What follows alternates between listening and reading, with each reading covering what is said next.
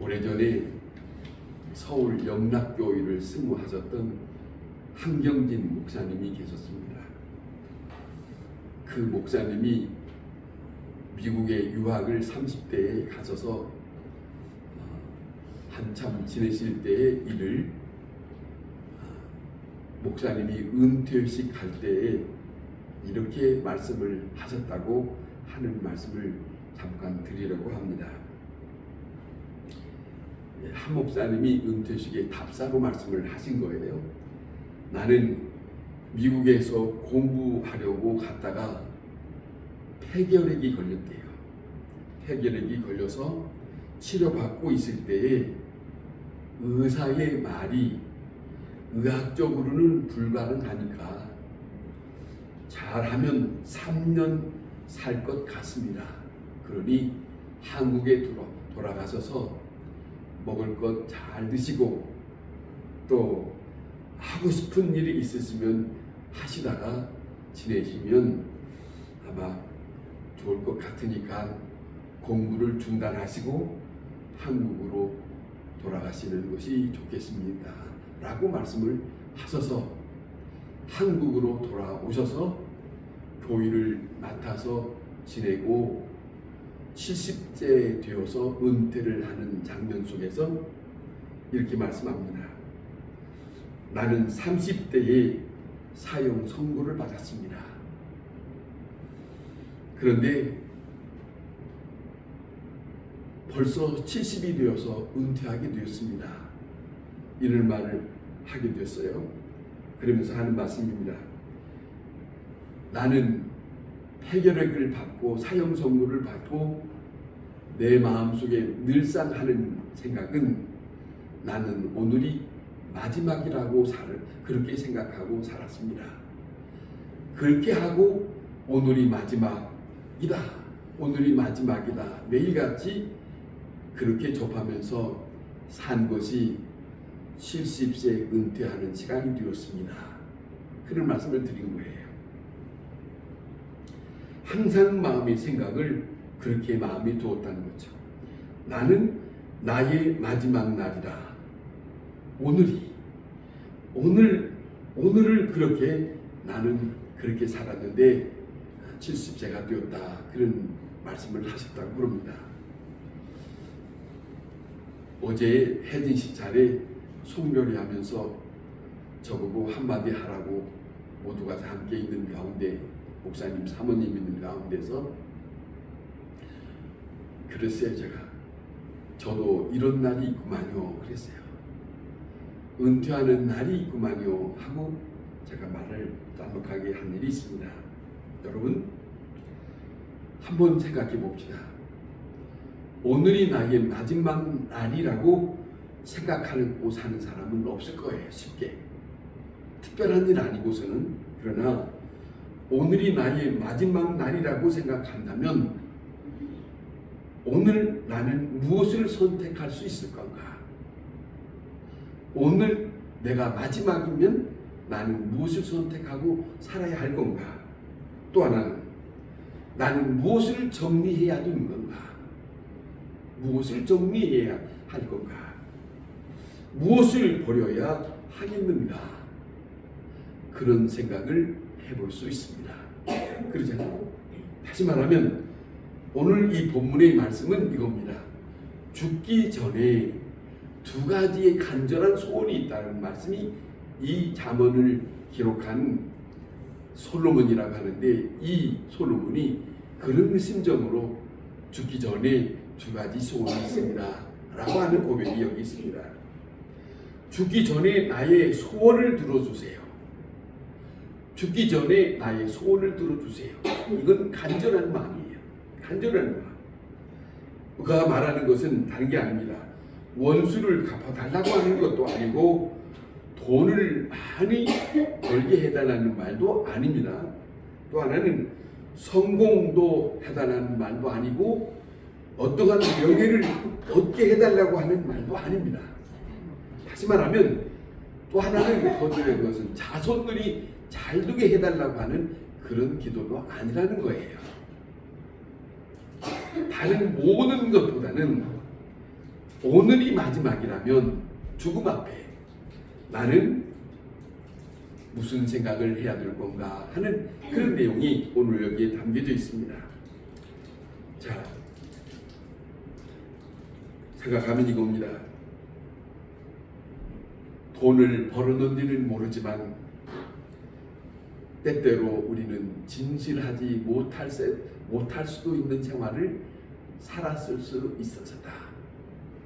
또 명예를 얻고자 하는 그런 것을 마음에 두고 살았을는지는 모르지만은 하나님 앞에 나는 정직했는가 하는 것도 생각해 볼 문제다 하는 것입니다. 그래서 여기에 있는 말하는 겁니다. 절박한 심정으로 하나님이여 내 남은 시간 이 얼마 남았는지 알지 못하지만은 나에게 정직하게 살아갈 수 있는 마음을 주세요. 그거예요. 또 하나는 나에게 겸손하게 살아갈 수 있는 마음을 주세요. 이 두 가지를 말하고 있다는 것이죠.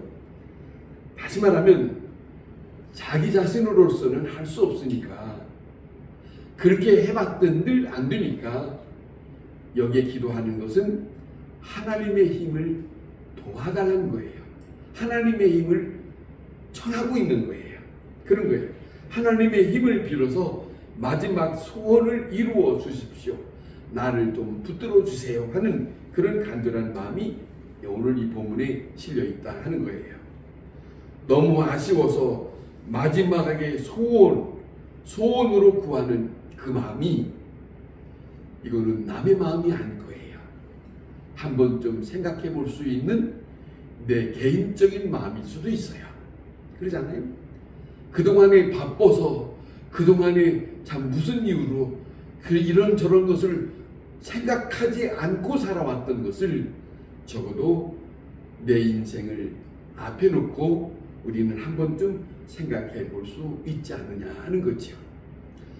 사람들은 뭔가가 급한 마음에 말할 때가 있지 않습니까? 성경에 예수님의 수제자라고 하는 베드로가 그랬습니다. 베드로가 예수님의 말씀을 듣고 예수님 앞에서 내가 죽을지언정 절대로 예수님을 그렇게 지낼 수 있도록 나는 그렇지 않겠습니다. 그렇게 호언장담했던 그런 베드로지만은 자, 그 마음에 누구든지 그 마음을 가질 수 있죠. 그러잖아요. 그런데 내가 누구입니까? 이 사람, 이 베드로가 하는 마음속에 아마 그럴 거예요. 내가 누굽니까? 내가 예수님의 수제자가 아닙니까?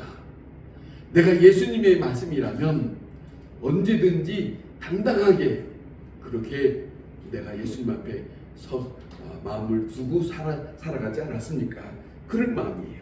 그러나 내가 예수님을 부인한다는 그런 심정을 갖지 않았을 것이지만은 어느 순간에 자기도 모르는 사이에 예수님을 부인하고 예수님에 대해서 정말로 자기가 조금 전 몇 시간 전에 그렇게 다짐했던 것을 지키지 못하는 연약한 모습인 것을 그는 돌이켜보았을 것입니다. 연약한 자기를 몰랐고 또 그대로 살지 못했기 때문에 자기 자신 스스로 내가 내 자신을 믿을 수 없는 정말로 지킬 수 없는 그렇게 호언장담했던 그런 마음을 지키지 못한 거짓말쟁이가 되었구나. 그런 심정이 있다는 것이요. 이런 차원에서 보면 우리가 사는 동안에 때때로는 나는 이렇게 할 거다. 난 이렇게 할 거다라고 하는 그런 말들을 마음을 다짐하고 살지 않았던 사람이 어디 있어요. 다 한 번쯤은 나는 이렇게 살아야 되겠다. 나는 이렇게 살고자 한다. 아니 어떤 일이 있어도 난 그렇게 살아갈 거다. 그렇게 살았지만은 그런데 돌이켜보면 그렇게 살지 못한 것 때문에 거짓말하는 것이 되고 말았다. 이런 거 아니겠습니까? 그 많은 말들이 그대로 되지 못했기 때문에 이런 모습이 우리에게 다시 생각하지 못하는 그런 모습이, 그런 거로 마지막으로 하나님 앞으로 갈 시간이 얼마 되지 않은 시간을 생각하면서 하나님이여 나에게 정직함을 주시옵소서. 정직함을 지킬 수 있도록 도와주세요. 나는 정직하지 못했습니다. 그런 고백을 하고 있는 오늘 이 본문의 내용이 있습니다. 우리가 마지막으로 하나님 앞으로 갈 때에 내가 얼마나 시간이 남아 있는지 우리는 모릅니다. 지금까지 이 시간까지 내가 살아가는 거 보면 나에게 주어진 시간은 충분히 이대로 건강하게 잘 살 거라고 하지만은 사실은 장담할 수 없습니다. 어느 누구도 장담할 수 없습니다. 그런 것이 있기 때문에 정직하고 진실하게 어느 순간이든지 내 생명이 운명이 다한다 할지라도 하나님 앞에 부끄럽지 않는 그런 믿음의 사람이 되게 해달라고 기도하지 않을 수 없는 우리의 입장이다. 그런 거예요. 두 번째로는 이겁니다. 하나님이 어디 있느냐라고 교만할까봐 걱정이라는 거죠. 또 부하면 교만해질까봐, 뭔가가 좀 넉넉하면, 무언가가 조금 더 자신 있어 생각하면 내 속에 잘못된 말할 때가 있지 않겠냐 하는 그런 내용이 여기 있습니다. 그런데 우리에게 겸손할 수 있는 세 가지 조건이 우리에게 있답니다. 뭐 때문에 겸손하지 못하냐 하면은 쓸데없는 욕심을 부리기 때문에 겸손하지 못한답니다. 순간에, 그러잖아요. 순간에. 그 다음에 어떤 일이든지 무슨 입장이든지 그냥 초연하게 대하면 넘어갈 수 있는 일들을 초연하게 대하지 않고 자기 딴에는 뭔가 된 것처럼 그렇게 할 때가 있다는 거죠. 내가 가져야 하겠다. 거기까지 가게 되면 자기도 모르는 사이에 겸손을 잃어버리는 사람이 된다는 거예요. 한 가지는 영적인 자유, 내 영혼이 하나님 앞에 자유롭다. 어떤 입장이든지 하나님 앞에 거침없이 살 수 있는 그런 심령이 되어야 되겠는데, 그렇지 못하면 겸손하지 못하는 조건이 된다는 겁니다. 이 세 가지를 우리에게 생각하고 또 생각해 봐야 할 그런 문제가 있다 하는 거죠. 다시 말씀드립니다. 오늘 이 본문의 말씀은 정말로 지혜자가 하나님 앞에 마지막 죽기 전에 기도하는 내용이 절박한 소원이라는 거예요. 그것을 정말로 이렇게 두 가지로 말하는데, 진실하게 살게 해주세요. 진실하게, 거짓되지 아니하고 진실하게 살게 해주세요. 그 어떤 욕심도 없이, 그 어떤 것도 생각하지 않고, 생각하면 나 자신을 생각하면 여러 가지를 생각할 수 있어요. 그러나 하나님 앞에서 자기 자신을 생각하면 이런 것들은 다 놓고 생각할 수 있건만, 우리는 잠시 살아갈 동안에 하나님 앞에서보다는 내 자신 스스로를 생각할 때가 더 많기 때문에 우리의 마음이 흔들린다 하는 입장이 있습니다. 세상에 욕심이 사라지지 않고 정말로 그 욕심이 우리를 마음에 흔들리는 때가 있죠.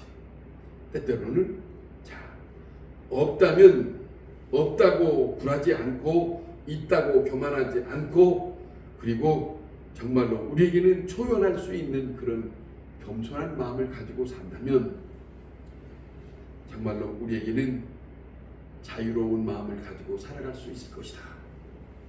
하나님 앞에 내 인생을 맡기고 그렇게 살아갈 수 있다면 우리의 마음은 얼마나 좋을까. 그런 심정으로 우리가 하나님 앞에 하나님과 나만이 아는 그런 시간을 때때로 가져야 할 것이다.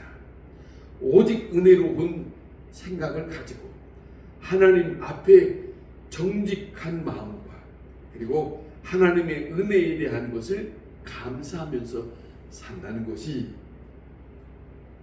우리에게 때때로 하나님 앞에 사는 그 기쁨이 있어요. 여러분, 하루를 살아가는 동안에 이런 입장을 여러분 한번 생각해 봤습니까? 하루를 지나는 동안에 이런 일 저런 일을 지나는 동안에 나도 모르는 사이에 하나님이 이렇게 저렇게 나의 생활 속에 들어오셔서 주장하셨다라고 하는 것을 만날 때가 있습니까? 그런 경험이 있다고 하면은 너무너무 기쁜 거지요. 나 자신만 생각하면 그런 거예요. 그것이 얼마나 우리에게 중요한 건가 그런 생각이 듭니다.